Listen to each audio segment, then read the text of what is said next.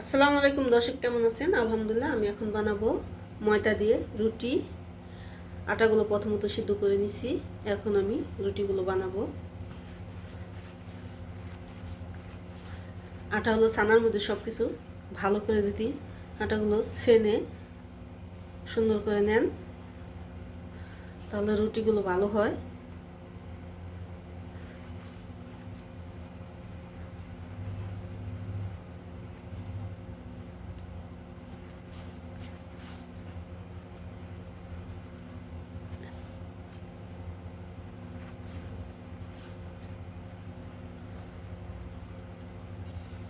আমার এই ময়দাগুলো লাল, একটু সাদা না।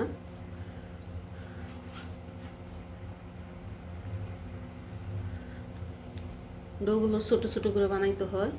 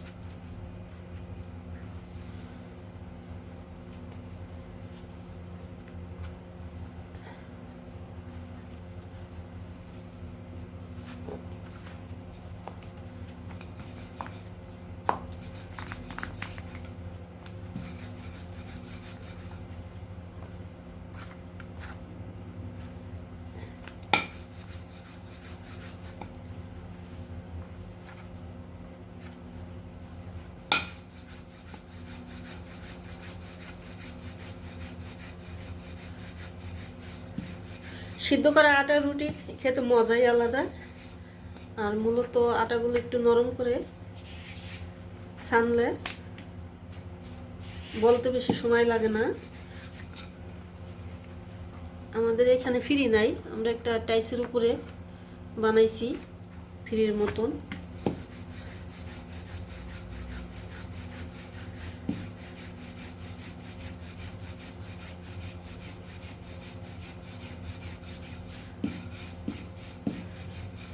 আটাগুলো ছানা ভালো হলে, একটু নরম হলে বানাইতে বেশি সময় লাগে না। দেখেন রুটিটা আমার হয়ে গেল।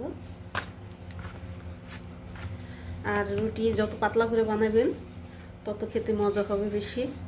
আমি রুটিটা কিভাবে রাখলে নরম থাকবে 2 দিন 3 দিন পর্যন্ত বাইরে রেখে দেবেন, রুটি কিছুই হবে না, দেখাবো।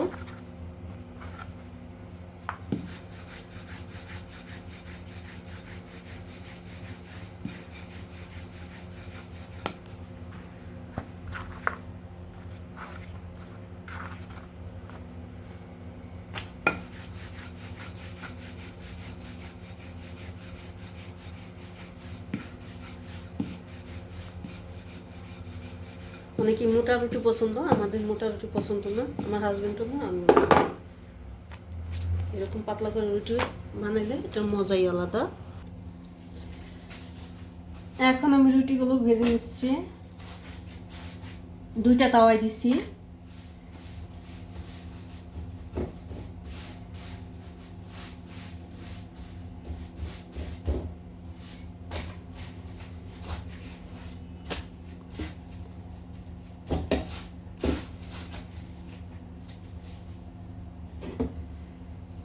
গরম হয়।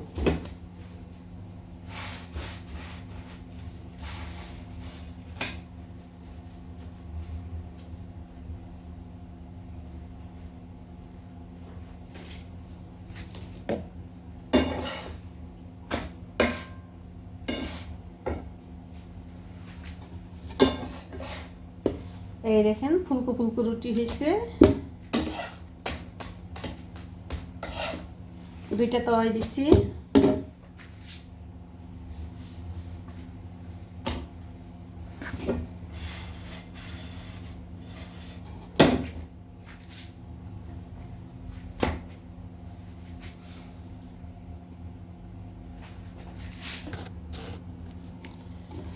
এই দেখেন কত সুন্দর রুটি ভাজা হয়ে গেল, আলহামদুলিল্লাহ।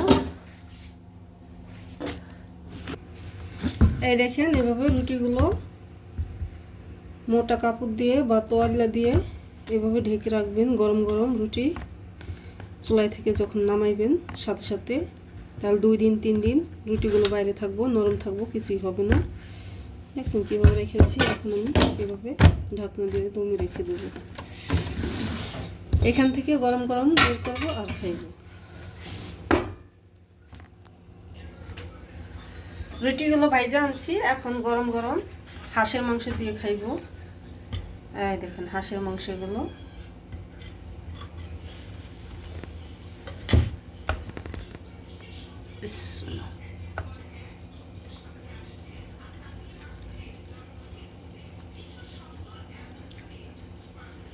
তরকারিটা অনেক মজা আছে।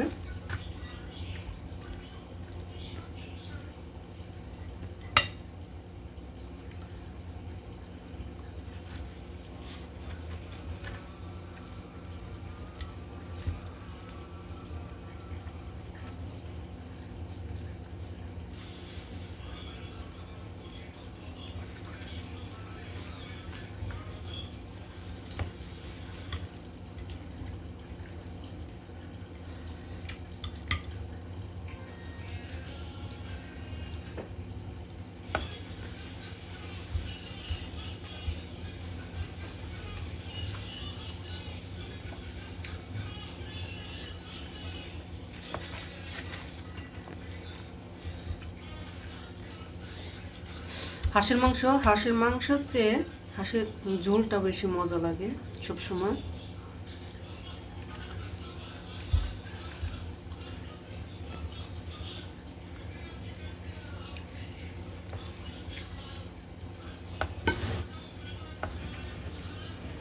তা আপনারা ভালো থাকবেন, সুস্থ থাকবেন। খোদা হাফেজ। আমার রুটি বানানো কেমন হলো সবাই কমেন্ট বক্সে কমেন্ট করে জানিয়ে দিন।